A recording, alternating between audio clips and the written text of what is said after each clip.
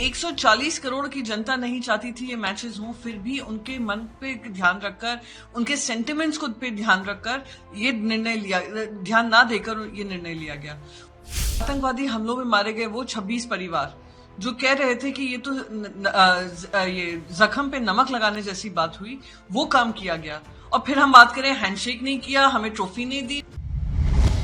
सबसे पहले तो ये मैचेस ही नहीं होने चाहिए थे। ये पाकिस्तान क्रिकेट बोर्ड के फायदे के लिए जो बीसीसीआई ने क्रिकेट मैच किया, जो ब्रॉडकास्टर्स के रेवेन्यू के लिए जो मैच हुआ है, देश के 140 करोड़ की जनता नहीं चाहती थी ये मैचेस हों, फिर भी उनके मन पे ध्यान रखकर, उनके सेंटिमेंट्स को पे ध्यान रखकर ये निर्णय लिया, ध्यान ना देकर ये निर्णय लिया गया। वो जो आतंकवादी हमलों में मारे गए वो 26 परिवार जो कह रहे थे कि ये तो ये जख्म पे नमक लगाने जैसी बात हुई, वो काम किया गया। और फिर हम बात करें हैंडशेक नहीं किया, हमें ट्रॉफी नहीं दी, मोहसिन नकवी यहां से उठकर चला गया, वहां से चला गया, हमें कोई लेना देना नहीं है ऐसे देश से जिसने सिर्फ आतंक हमारे देश में मिलाया हो। हमने जब हर मापदंड पे हमने कहा हो ये भारत की नई सूरत है जहां पर हम टेररिज्म पर जीरो टॉलरेंस रखेंगे, हम उनके साथ पानी नहीं शेयर करेंगे, हम उनके साथ ट्रेड नहीं करेंगे, पर हम उनके साथ क्रिकेट खेलेंगे। तो मेरा मानना यही है, हार जीत तो लगी रहती है, ये क्रिकेट के पिच पे हमारी लड़ाई नहीं है, हमारी लड़ाई टेरर पिच पे है। यही टेररिस्ट आकर हमारे देशवासियों को मारते हैं, यही जो टेररिस्तान है वो हमारे आर्म फोर्सेस को बॉर्डरों पे मारता है। तो इनके साथ ना हमें बातचीत करनी है, ना हमें इनके साथ कोई खेल खेलना है, ना हमें उसका कोई जश्न बनाना है। अगर जश्न बनेगा तो उस दिन बनेगा जब हर आतंकवादी को वहां से खदेड़ खदेड़ कर निकाल दिया जाएगा। उन्होंने कहा कि टेरर हो या फिर फील्ड हो, इंडिया जीतेगी, जैसे पिछली बार ऑपरेशन सिंदूर के जरिए जीती थी। उन्होंने भारतीय खिलाड़ी को मुबारकबाद की थी।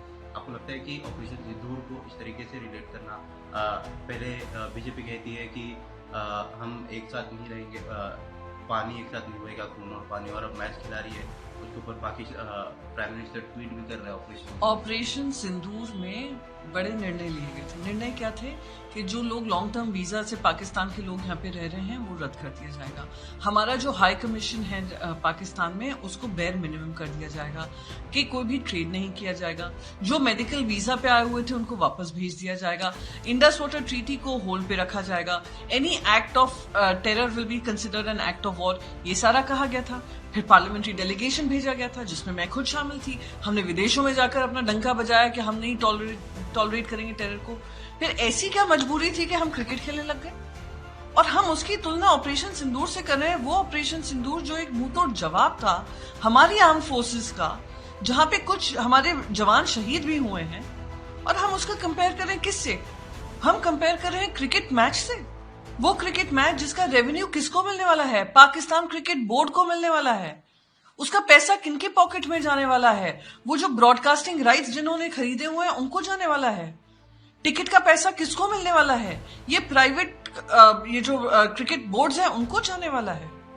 ये मैं आपको यहाँ पे गारंटी के साथ कह सकती हूँ, क्योंकि पाकिस्तान को सबने देखा हुआ है, देश ने परखा हुआ है कि यही पैसा जो कमाकर हमने इनको दे दिया है और उसका हम जश्न मना रहे हैं, यही पैसा वापस मुरीदके में लगेगा।